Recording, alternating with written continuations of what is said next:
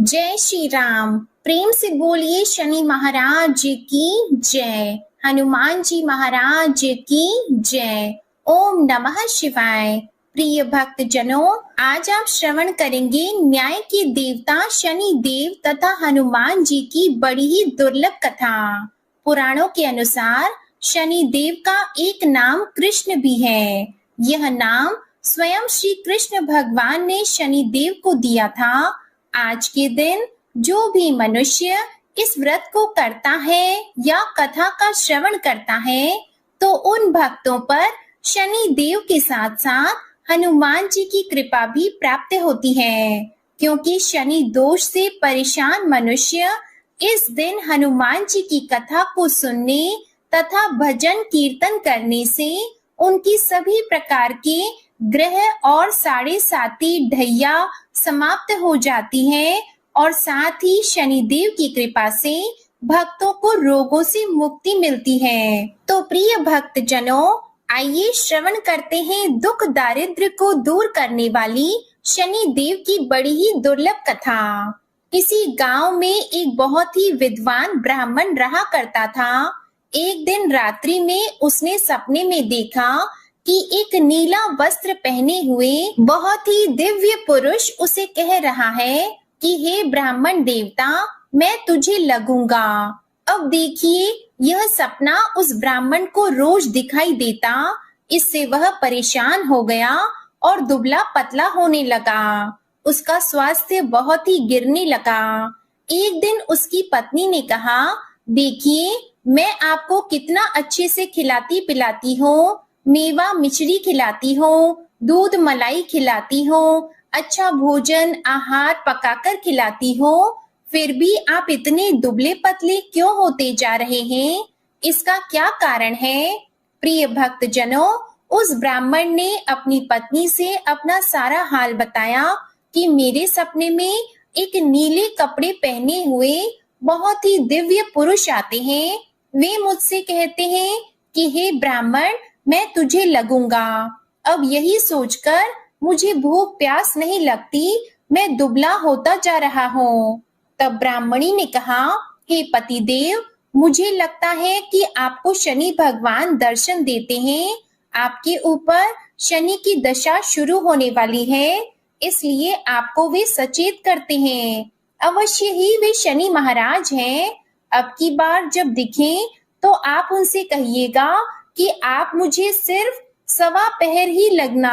प्रिय भक्त जनों, उसी दिन जब रात्रि होती है तो ब्राह्मण फिर से सोता है और उसके सपने में शनि भगवान दर्शन देते हैं और कहते हैं, हे ब्राह्मण, आज मैं तुम्हें लगूंगा। तब ब्राह्मण ने कहा, हे भगवान, यदि आप लगना ही चाहते हैं तो लग जाइए, लेकिन यह बताइए भगवान, आप कितने दिनों के लिए लगोगे? तब शनि देव ने कहा, हे ब्राह्मण, तुम्हारे ऊपर साढ़े साती शुरू होने वाली है, मैं तुम पर 7.5 साल के लिए लगूंगा। तब ब्राह्मण ने कहा, क्षमा कीजिए भगवान, इतना भारी तो मुझसे झेला नहीं जाएगा, 7.5 साल बहुत है भगवान। तब शनि देव बोले, अच्छा 5 वर्ष के लिए लगूंगा। तब ब्राह्मण ने कहा, शनि महाराज, यह भी मेरे लिए ज्यादा है। शनि भगवान बोले, तो ठीक है, 2.5 साल का लग जाओ। ब्राह्मण ने फिर मना कर दिया। तब शनि देव कहने लगे, सवा पहर का लगूंगा तो ठीक रहेगा। प्रिय भक्त जनों, उसे सवा पहर की शनि की दशा लग गई। ब्राह्मण ने नींद से उठते ही अपनी पत्नी से कहा, देखो, मेरे सवा पहर की शनि की दशा लगी है, इसलिए मैं जंगल जाकर समय बिताऊंगा। तुम मेरे खाने पीने का सारा सामान बांध दो और मेरे पीछे किसी से लड़ना मत, घर में बैठी रहना, बच्चों को भी कहीं मत जाने देना और इस सवा पहर में किसी को गाली भी मत सुनाना। ऐसा कहकर ब्राह्मण अपने घर से जंगल की ओर चल दिया। जंगल में ब्राह्मण एक पीपल के पेड़ के नीचे बैठ गया और हनुमान जी का पाठ करने लगा। एक पहर बीत गया तो ब्राह्मण ने सोचा, बाकी का समय तो रास्ते में ही बीत जाएगा।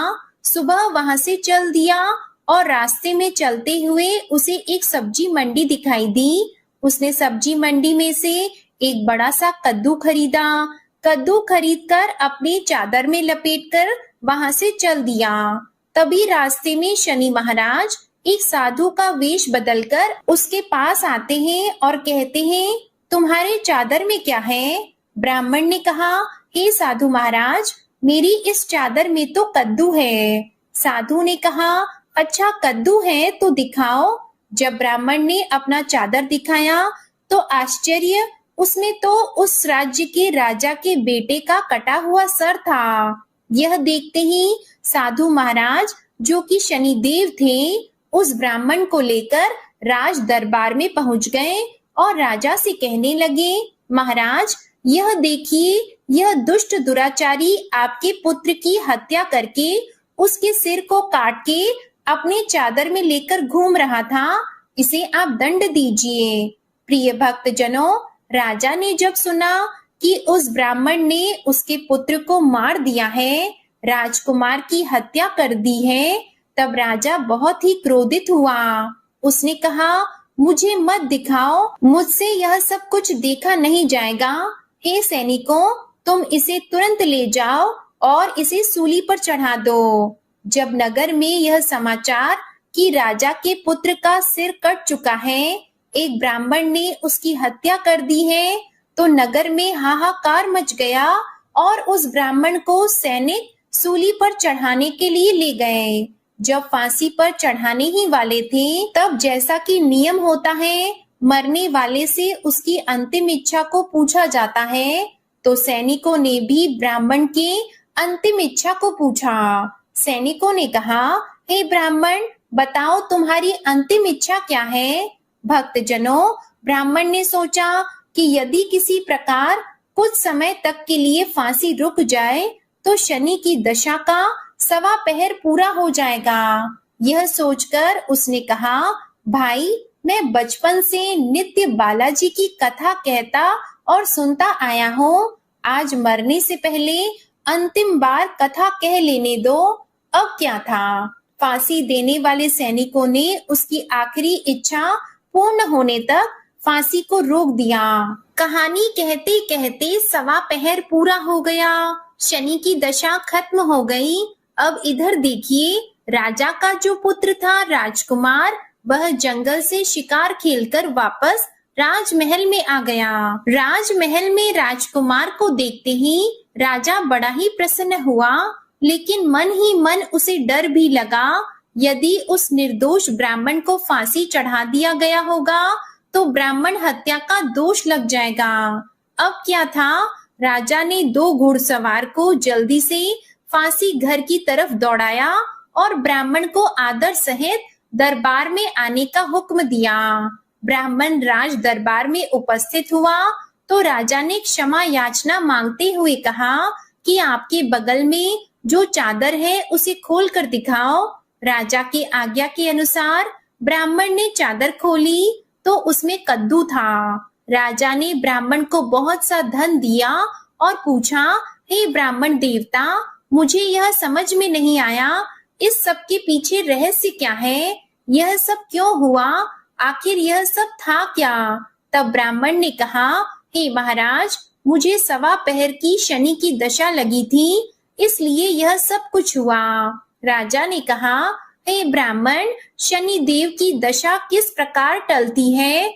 ब्राह्मण ने कहा, हे राजन, यदि राजा या सेठ को यह दशा लगती है तो काला हाथी या काला घोड़ा दान करना चाहिए। गरीब को शनि की दशा लगती है तो पीपल की पूजा करनी चाहिए और शनि की कहानी सुननी चाहिए। तिल, तेल और काला उड़द आदि का दान करें। काले कुत्ते को तेल चुपड़ी रोटी खिलाएं तो शनि की दशा उतर जाएगी। अब देखिए, राजा ने उस ब्राह्मण को कद्दू वापस किया। अब घर आकर ब्राह्मण ने कद्दू अपनी पत्नी को दिया। जब उसकी पत्नी ने सब्जी बनाने के लिए उस कद्दू को काटा तो उसके बीजों की जगह हीरे मोती निकलने लगे। तब ब्राह्मणी ने पूछा, हे पतिदेव, यह सब क्या है? इसमें से हीरे मोती कैसे निकल रहे हैं? इसे कहाँ से लाए हैं आप? तब ब्राह्मण ने कहा, हे प्रिय, जब शनि की दशा लगी थी तो यह कद्दू कुंवर का सिर बन गया था, और जब दशा उतरी है तो शनि महाराज ने कैसे निहाल कर दिया, हमें माला माल कर दिया।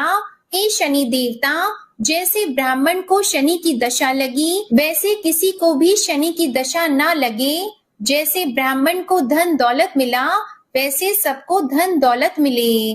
कथा कहानी कहते सुनते हुंकार भरते सबको मिले। बोलिए श्री शनि देव की जय। ओम नमः शिवाय। प्रिय भक्त जनों, आइए अब सुनते हैं भगवान शनि देव की दूसरी कथा। यह कथा सुनने से भक्तों को मनोवांछित फल की प्राप्ति होती है।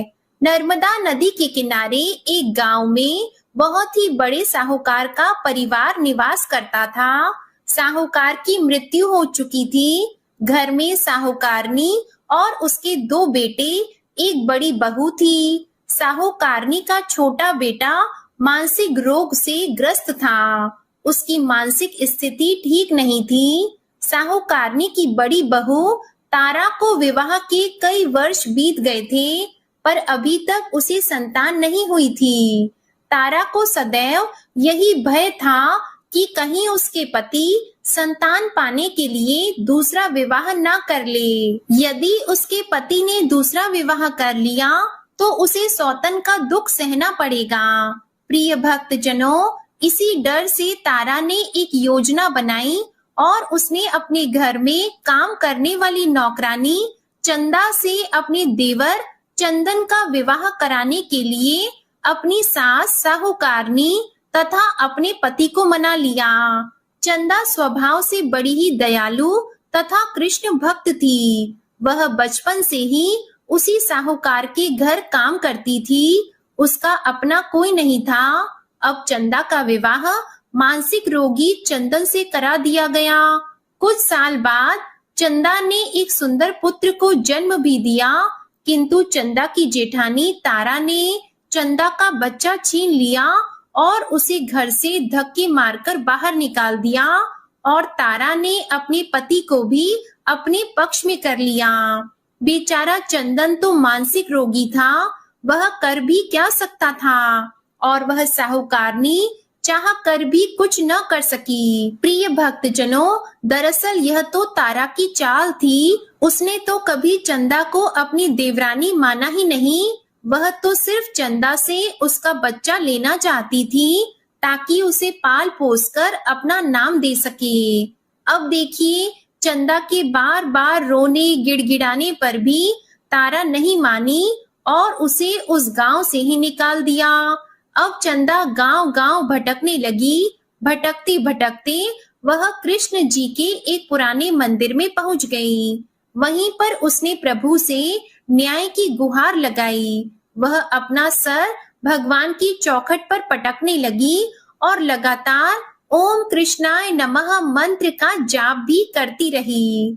प्रिय भक्त जनों, उस स्त्री की करुण पुकार न्याय के देवता शनिदेव ने सुनी तथा भगवान श्री कृष्ण के आदेश से तुरंत चंदा के पास उपस्थित हो गए और साधारण मनुष्य का रूप धारण करके उसे अपने आप को कष्ट ना पहुंचाने के लिए कहा और कहा, हे बहन, तुम भगवान श्री कृष्ण पर विश्वास रखो और ओम श्री कृष्णाय नमः मंत्र का जाप करती रहो। तुम्हारा अवश्य ही कल्याण होगा। तुम्हारे जो भी दुख हैं सब भगवान श्री कृष्ण हर लेंगे और शनिदेव की कृपा से तुम्हारा मंगल होगा। यह सुनकर चंदा भगवान श्री कृष्ण की आराधना में लग जाती है और शनिदेव का ध्यान करते हुए ओम कृष्णाय नमः मंत्र का जाप करने लगी। अब शनिदेव एक साधु का वेश बदलकर साहूकार के घर पहुंच गए और अलख निरंजन का अलख जगाने लगे। तब घर से बाहर साहूकारनी निकली और उसने भिक्षा देकर उन्हें प्रणाम किया। तब साधु रूपी शनिदेव ने कहा, हे देवी, मैंने सुना है आपके घर में कोई मानसिक रोगी है। मैंने 7 सालों से हिमालय के जंगलों में भटकते हुए बहुत ही दुर्लभ जड़ी बूटी इकट्ठी की है जो हर प्रकार के रोगों को समाप्त कर देती है। यदि आप कहें तो मैं आपके घर के मरीज को ठीक कर सकता हूँ। प्रिय भक्तजनों, उस साहूकारनी ने कहा, हे महात्मा, अहो भाग्य जो आप यहाँ पधारे। हाँ महाराज जी, मेरा छोटा बेटा जो कि दिमागी रूप से बीमार है, आप उसे ठीक कर दीजिए। आप जो चाहेंगे मैं वह आपको दूंगी। आइए, घर के अंदर आइए। साहूकारनी ने अपने बेटे चंदन को साधु महाराज को दिखाया, जो अब चंदा के चले जाने से बहुत ही दुखी था। साधु महाराज ने अपने कमंडल से जल निकालकर उसे अभिमंत्रित करके चंदन को पीने के लिए दिया। उस जल को पीते ही चंदन बिल्कुल ठीक हो गया और साधु महाराज ने तारा को भी बहुत समझाया कि वह चंदा का बच्चा उसे वापस कर दे और अपनी गलती को स्वीकार कर ले, किंतु नहीं मानी। वह तो उल्टे ही साधु महाराज को डांटने लगी, यहाँ तक कि चंदन के ठीक होने से उससे ईर्ष्या करने लगी। इस बात से रुष्ट होकर भगवान शनिदेव की दशा तारा को लग गई और वह मानसिक रोगी हो गई। उसका एक हाथ लकवा से ग्रस्त हो गया। साधु महात्मा के बताए अनुसार चंदन अपनी पत्नी चंदा को घर ले आया और अपनी पत्नी, बच्चे और माँ के साथ हंसी खुशी जीवन व्यतीत करने लगा। प्रिय भक्तजनों, तारा को शनिदेव ने उसके कर्मों का फल दिया और चंदा के सिर्फ ओम कृष्णाय नमः मंत्र का जाप करने से उस पर कृपा बरसाई और उसका बच्चा, पति, परिवार वापस मिल गया। उसका पति भी स्वस्थ हो गया। जय शनिदेव, जय जय शनिदेव। ओम नमः शिवाय। प्रिय भक्तजनों, साढ़े साती क्या होती है, इससे लोग क्यों डरते हैं? यह सही है कि साढ़े साती के समय व्यक्ति को कठिनाइयों और परेशानियों का सामना करना पड़ता है, किंतु इससे डरने और घबराने की कोई बात नहीं। इसमें कठिनाई और मुश्किल हालात जरूर आते हैं, परंतु इस समय व्यक्ति को कामयाबी भी मिलती है। बहुत से व्यक्ति साढ़े साती के प्रभाव से सफलता की ऊंचाइयों पर पहुंच जाते हैं। साढ़े साती व्यक्ति को कर्मशील बनाता है और उसे कर्म की ओर ले जाता है। अभिमानी, हठी और कठोर व्यक्तित्व वाले व्यक्ति से यह काफी मेहनत करवाता है। साढ़े साती के 3 चरण होते हैं। साढ़े साती का पहला चरण नजदीकी रिश्तेदारों और जातक को प्रभावित करता है। साढ़े साती का दूसरा चरण व्यापार और गृहस्थी को प्रभावित करता है। साढ़े साती का तीसरा चरण परिवार और स्वास्थ्य को प्रभावित करता है। भगवान शनिदेव न्याय के देवता हैं। ये कभी भी किसी को ऐसे ही दंड नहीं देते। यदि दंड देते हैं तो उसे उसके साथ बहुत ही बड़ी शिक्षा भी देते हैं। जैसे एक माता अपने पुत्र की गलती पर उसे दंड देती है, उसकी भलाई के लिए, उसे सही मार्ग पर जाने के लिए, ठीक वैसे ही शनिदेव कर्म और न्याय के पथ पर चलने के लिए मनुष्य को दंड देते हैं, ताकि वह डरकर आगे ऐसा कार्य ना करे और अपने जीवन को सरल और सार्थक बनाएं। भगवान शनिदेव तो न्याय की मूर्ति हैं। इनकी पूजा और भक्ति करके व्यक्ति धन ऐश्वर्य से संपन्न हो जाता है और सफलता की नई ऊंचाइयों को छूता है, जीवन में तरक्की करता है, घर में सुख समृद्धि वैभव का आगमन होता है और व्यक्ति का जीवन बड़ा ही सुखमय हो जाता है। शनिदेव भगवान को प्रसन्न करने के लिए शनिवार के दिन पीपल के पेड़ के नीचे शाम को दिया अवश्य जलाएं और कुत्ते को तेल से चुपड़ी रोटी खिलाएं। शनिवार को जल में तिल डालकर पीपल को चढ़ाएं। इससे शनिदेव अत्यंत प्रसन्न होते हैं और ओम कृष्णाय नमः महामंत्र का जाप भी करें। ओम गंग गणपतये नमः।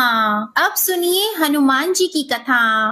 पौराणिक कथा के अनुसार बहुत समय पहले की बात है, एक साहूकारनी थी, उसका बेटा और बहू थे। पति की मृत्यु युवावस्था में ही हो गई थी और इस तरह उस साहूकारनी का रोज का नियम था, वह हनुमान जी के मंदिर में जाती और साथ में हलवा, पूरी और चूरमा बनाकर ले जाती और हनुमान जी से कहती, कांधे सोटो लाल लंगोटो, हनुमान जी खायो चूरमे और रोटी। मैंने तुम्हें दिया जवानी में, तुम मुझे देना बुढ़ापे में। अब क्या था, पूजा करने के बाद वह साहूकारनी अपने घर आई तो उसकी बहू बोली, सासू जी तुम चूरमा रोटी लेकर कहाँ जाती हो रोज? वह साहूकारनी बोली, मैं बालाजी के मंदिर में जाती हूँ। वह बोली, मंदिर में तो नहीं जाती हैं आप, हमें तो लगता है आप अपने खाने के लिए रोज चूरमा और हलवा बनाती हैं और चोरी चुपके जाकर कहीं खा लेती हैं। प्रिय भक्तजनों, सास अपनी बहू की बातें सुनती है तो भी कुछ नहीं बोलती और उसका मन बड़ा ही दुखी होता है। उसे यह दुख होता है कि वह भगवान की भक्ति करती है और उसकी बहू उसे चटोरी कह रही है। अब क्या था, दुख के मारे वह जाकर अपने कमरे में सो जाती है। सोते सोते 5 दिन हो गए। हनुमान जी सपने में आए और बोले, हे साहूकारनी, तूने तो जवानी में दिया है, मैं तुझे बुढ़ापे में देता हूँ। साहूकारनी बोली, हे हनुमान जी, आज तो आप मुझे खाने के लिए दे देंगे, लेकिन रोज कौन देगा? हनुमान जी बोले, हे साहूकारनी, मैं तुम्हें रोज दूंगा। अब क्या था, हनुमान जी की महिमा देखिए, उन्होंने साहूकारनी के लिए चूरमा रोटी हलवा पूरी दिया। साहूकारनी चुपचाप चूरमा रोटी खा लेती है। इसी प्रकार 5-6 दिन बीतते हैं और धीरे धीरे बहू के घर में से अचानक अनाज इत्यादि खत्म होने लगते हैं। उसके पास कुछ नहीं रहता, सब चीज में घाटा पड़ गया। बहू ने सोचा, सास को 7 दिन हो गए हैं, मैंने तो उन्हें खाने को कुछ दिया भी नहीं, देखूं तो कैसी है। अब देखिए, बहू अपनी सास के कमरे में जाकर देखती है तो उसने क्या देखा कि उसकी सास तो अच्छी भली मोटी ताजी है। बहू बोली, सासू जी, मैंने तुम्हें खाने को भी नहीं दिया और तुम क्या खाती हो, इतनी स्वस्थ और मोटी ताजी हो। सास बोली, मुझे तो हनुमान जी मीठी मीठी हलवा और रोटी दे जाते हैं, मैं वही खाती हूँ। अब क्या था, बहू सास के पैर में गिर गई, उसे पछतावा हुआ। वह बोली, हे सासू माँ, हम तो तुम्हारे भाग्य का खाते हैं, हमारे घर में तो कुछ भी नहीं रहा। मैंने आपको खाना नहीं दिया, मैंने आपकी भक्ति को झूठा समझा, आपको चटोरी समझा, इसलिए भगवान ने मुझे दंड दिया। 7 दिन के अंदर ही हमारे घर से अनाज धन इत्यादि समाप्त हो गया। हे सासू माँ, अब आप ही सब कुछ संभालो, मुझे आपकी भक्ति पर विश्वास हो गया। आपने हनुमान जी को भोग लगाया जवानी में और हनुमान जी ने आपको वही भोग बुढ़ापे में लौटाया है। आपका पेट भरा, हनुमान जी की महिमा अपार है, कोटि कोटि प्रणाम है। प्रिय भक्तजनों, अब क्या था, उस सास ने खुशी खुशी घर की सारी जिम्मेदारी संभाल ली और सास यानी कि वह साहूकारनी हनुमान जी को रोज चूरमा रोटी हलवा पूरी खिलाया करती, हलवा पूरी चढ़ाया करती थी। फिर घर में बहुत बरकत हुई और खूब धन धान्य आने लगा। हे हनुमान जी महाराज, हे बालाजी महाराज, जैसे आपने उस साहूकारनी को दिया वैसा सबको देना, सबके घर में अन्न धन के भंडार भरे रखना, सबका भला और मंगल करना। इस कथा कहानी को कहने सुनने वाले तथा हुंकारा भरने वाले सभी को देना। बजरंग बली हनुमान जी की जय। ओम नमः शिवाय। प्रिय भक्तजनों, दूसरी कथा है मंगल देवता की कथा। एक नगर में एक वृद्धा रहती थी, उसका एक ही पुत्र था। उस वृद्धा की हनुमान जी पर बहुत गहरी आस्था थी। वह हर मंगलवार का व्रत रखती थी और हनुमान जी की पूजा आराधना करती थी। एक बार हनुमान जी ने अपनी भक्तिनी उस वृद्ध महिला की श्रद्धा का परीक्षण करने का विचार किया। हनुमान जी साधु का वेश धारण कर वृद्धा के घर गए और पुकारने लगे कि है कोई हनुमान भक्त जो हमारी इच्छा पूर्ण करे। तब आवाज उस वृद्धा के कान में पड़ी। पुकार सुनकर वृद्धा जल्दी से बाहर आई और साधु को प्रणाम कर बोली, आज्ञा महाराज। हनुमान वेशधारी साधु बोले, मैं भूखा हूँ, भोजन करूंगा, तुम थोड़ी सी जमीन लीप दो। वृद्धा दुविधा में पड़ गई। अंततः हाथ जोड़कर बोली, महाराज, लीपने और मिट्टी खोदने के अतिरिक्त आप कोई दूसरी आज्ञा दें, मैं अवश्य पूर्ण करूंगी। साधु ने 3 बार प्रतिज्ञा कराने के बाद कहा, तू अपने बेटे को बुला, मैं उसकी पीठ पर आग जलाकर भोजन बनाऊंगा। यह सुनकर वृद्धा घबरा गई, परंतु वह प्रतिज्ञाबद्ध थी। उसने अपने पुत्र को बुलाकर साधु को सौंप दिया। साधु वेशधारी हनुमान जी ने वृद्धा के हाथों से ही उसके पुत्र को पेट के बल लेटाया और उसकी पीठ पर आग लगवा दी। आग जलाकर दुखी मन से वृद्धा अपने घर में चली गई। इधर भोजन बनाकर साधु ने वृद्धा को बुलाकर कहा कि उनका भोजन बन गया है, तुम अपने पुत्र को पुकारो ताकि वह भी आकर भोग लगा ले। इस पर वृद्धा बोली, उसका नाम लेकर मुझे और कष्ट न दें। लेकिन जब साधु महाराज नहीं माने तो वृद्धा ने अपने पुत्र को आवाज लगाई। वह अपनी माँ के पास आ गया और अपने पुत्र को जीवित देखकर वृद्धा को बहुत आश्चर्य हुआ। वह साधु के चरणों में गिर पड़ी। तब हनुमान जी अपने वास्तविक रूप में प्रकट हुए और वृद्धा को भक्ति का आशीर्वाद दिया। तो प्रेम से बोले, शंकर भगवान की जय हो, बजरंग बली की जय हो। प्रिय भक्त जनों, अब सुनिए हनुमान जी की तीसरी कथा। पौराणिक कथा के अनुसार ऋषि नगर में केशवदत्त नामक एक ब्राह्मण अपनी पत्नी सावित्री के साथ रहते थे।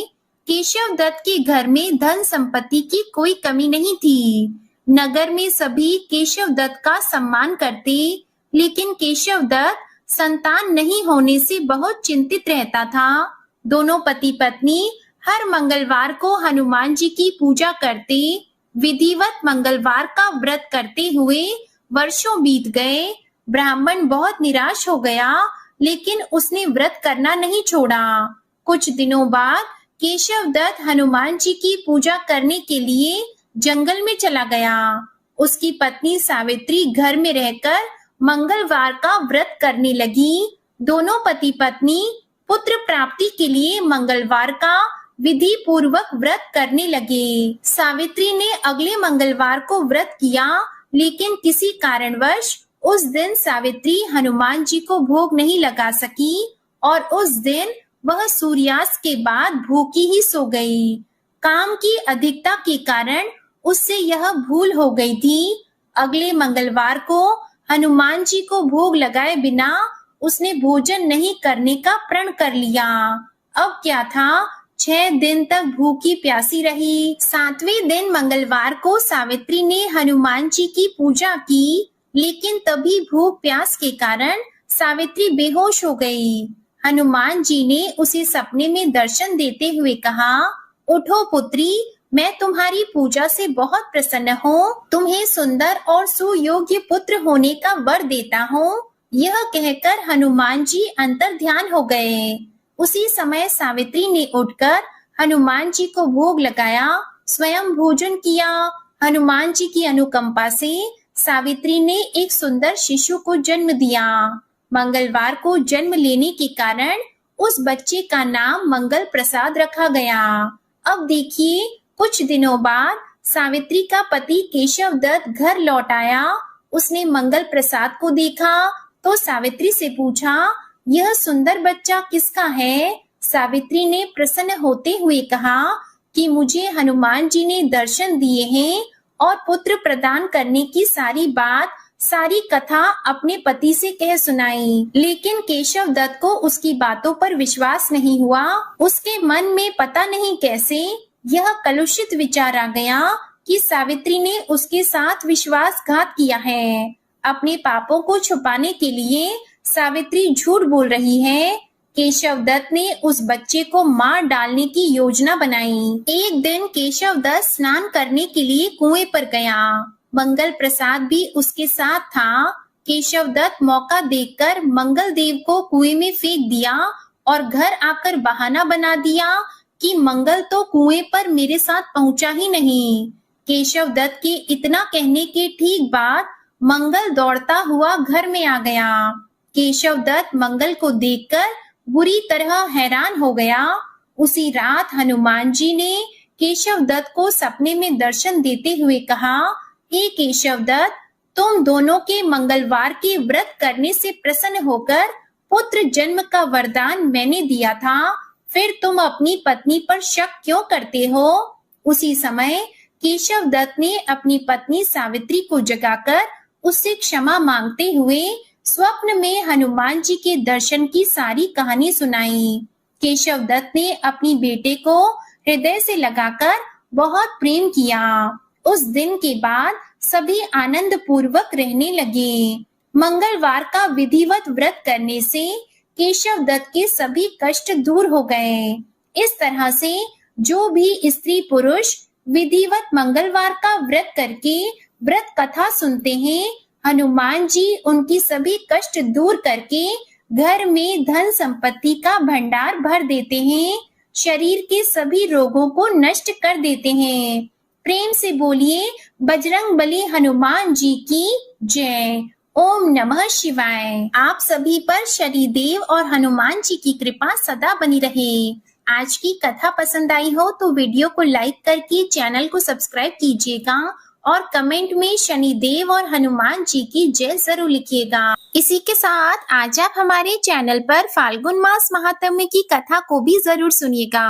प्रेम से बोलिए शनि महाराज और हनुमान जी महाराज की जय।